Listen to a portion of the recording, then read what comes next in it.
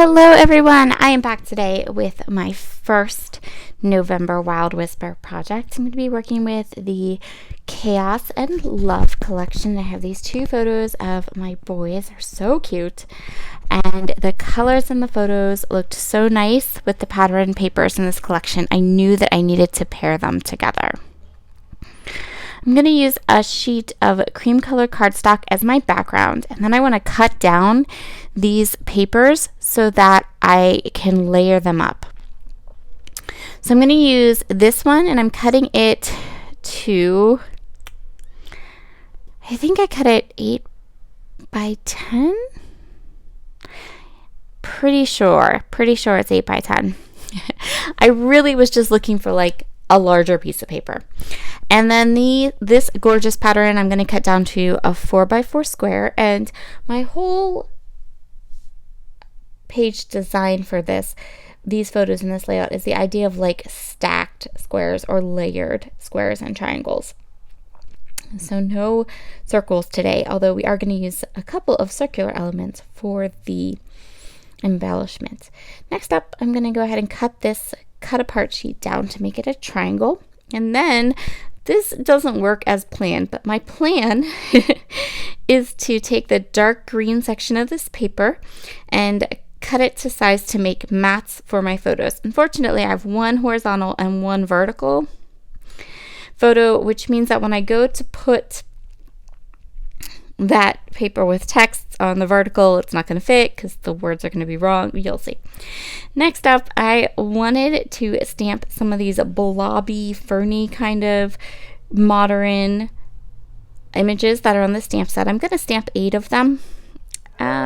I want to say that I did end up using all 8 of them, but I don't really remember. I'm stamping using Distress Oxide ink in Rustic Wilderness. I also stamped some in Wild Honey, but I didn't like the Wild Honey at all. Didn't match. It wasn't what I was looking for. I was looking for something that was like that orangey color that's in the collection.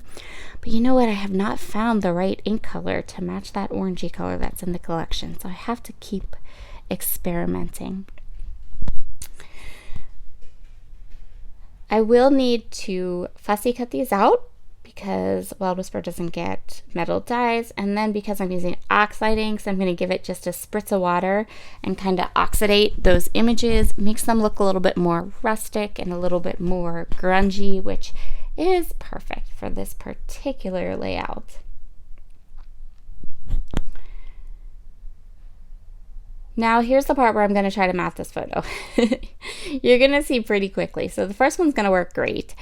And the second one, the text is going to be like sideways and I'm going to hate it. So I'm going to have to like figure it out. I thought initially I would maybe kind of try to mat this like sideways and put another paper behind it. But I kind of start going that way and then decide I don't really like it. And then I happened to glance on the back and remembered that yes, these are in fact double-sided papers. So I can just flip it over and mat it with the other side.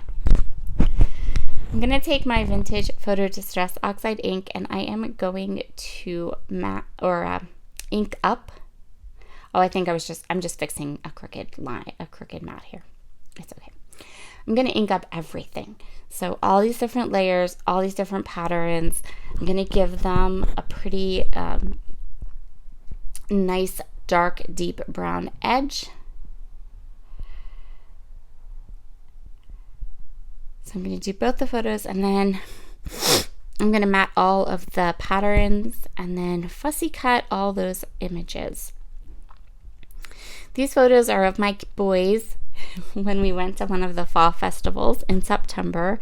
They were just being silly and pulling faces and doing what boys do. But the light was so perfect that when I snapped off these photos, when I went ahead and went to print them or decide what I wanted to print, I was like, wow, I really got great photos here. Like the color was just perfect. So I have been wanting to scrapbook them, and this collection was perfect for the colors and for the lighting in the photos. So this is going to be our basic layout design, and for embellishments I'm just going to go ahead and fussy cut those green blobs, not the Wild Honey ones, Those I didn't like at all. I'm just going to use my tear it tape to get all these layers into place. Because Wild Whisper paper has that smoothness to it, sometimes my tape runner doesn't want to stick real good. Once I had these papers down, I'm going to go ahead and adhere my photos. I'm so sorry if you can hear the vacuum cleaner in the background, but there is very little I can do about it. You have to clean your floors, and my oldest is helping me and doing the floors so I can get this video up. I decided to go ahead and pop my title up on some foam tape, and then it's also going to kind of overlap the top kind of dead space of that one photo, which I really, really like because it kind of pulls the photos into the layout and makes everything really cohesive. I had purchased this set of canvas flare from Scrap and Happy Studio for the sole purpose of using it with these photos. So I really wanted to make sure I incorporated them in. I'm only going to use 2 of them, and that's okay. I also have adhered a branding strip across the middle or across the bottom of the page to kind of have something for my photos to almost rest on, almost creating a little shelf. Once I have decided where I want those canvas flare to be, now I can kind of start adding in these green mod blobs from the collection. I'm just going to go ahead and create a diagonal kind of swash of them that's going to go from the top right to the bottom left. Just using my tear it tape to put down the canvas flares. You can't adhere them with anything that's wet or they will rust and get yucky. So you have to use a really dry, really strong adhesive. I generally use tear it tape, but you could also use red line tape if you like. So just continuing on here, deciding where I want these little blobs. I would know that I want them to go in this diagonal space. I know I want them to kind of interact with all the different layers that I already have on my project. I'm sorry, I'm just looking at these pictures of my boys, and they crack me up. Especially Logan's face, because he was they were both playing up for the camera big time. So these pictures just always make me laugh, and that sentiment couldn't be better because it says just the right mix of chaos and love, and that explains their relationship to a T. I am making sure that some of these little blobs are kind of hanging off the page, and then I'm going to go ahead and trim them down.